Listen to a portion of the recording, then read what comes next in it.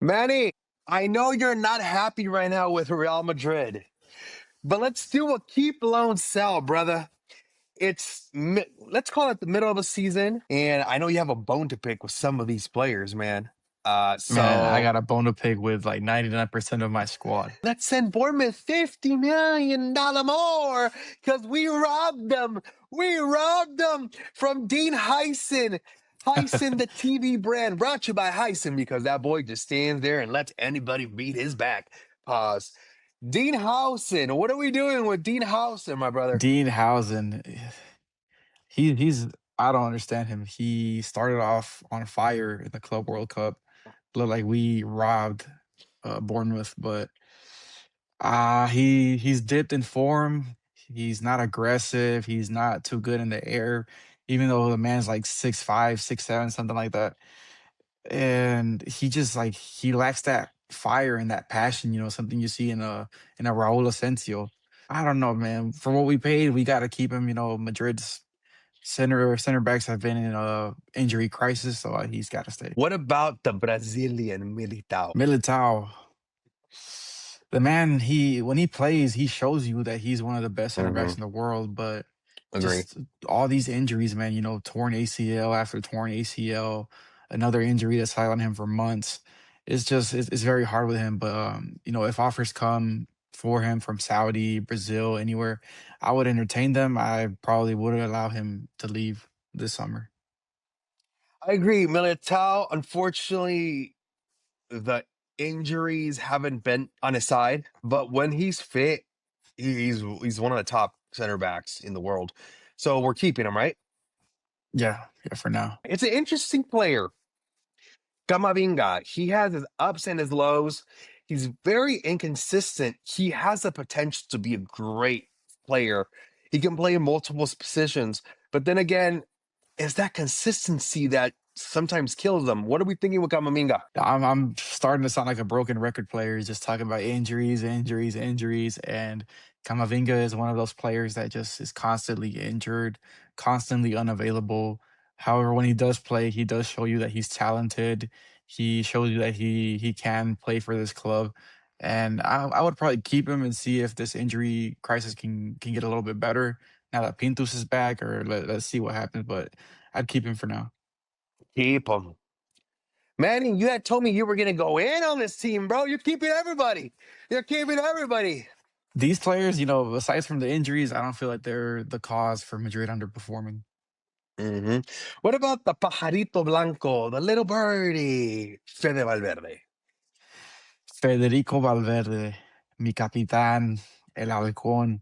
Man, the man, he plays with passion. He fights for every 50-50 ball. He's going to track back. He's going to give it 110%.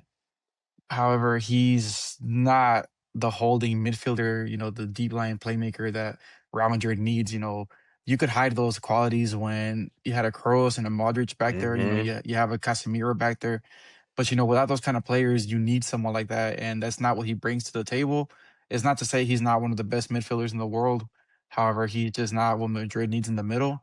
But I would keep him because he excels at right back, and I believe if he was given a chance to play that right wing where he started, he would also excel. I'm glad, Manny, that you are kind of now like coming down to earth, putting your feet on the ground, and understanding that Valverde is a great athlete, but not too great when it comes to the skills that a footballer needs. And you are right. When you had Tony Kroos, when you had Modric, Valverde's function was different. It was you needed that physicality because Tony Kroos and Modric didn't give you that physicality. Now, when you have a team that it's all physical and nobody can play football, it's a disaster of a midfield. And I think Valverde is struggling a lot, especially in the midfield, because of that. Now, in the right back, he's a great right back, but are you really going to keep Valverde in the right back all season? You don't want to. You want to bring a player that can make the ball move from side to side and make a place happen, while Valverde is backing him up with that physical ability that he has. But I agree, though. Valverde, you got to keep him. He's a multifunctional player, and he's your captain. Yes, sir. The next one is a player that should have left a long time ago, I think. Mendy. So we're not getting into that, but so Sell? No, no reason why. Just so sell.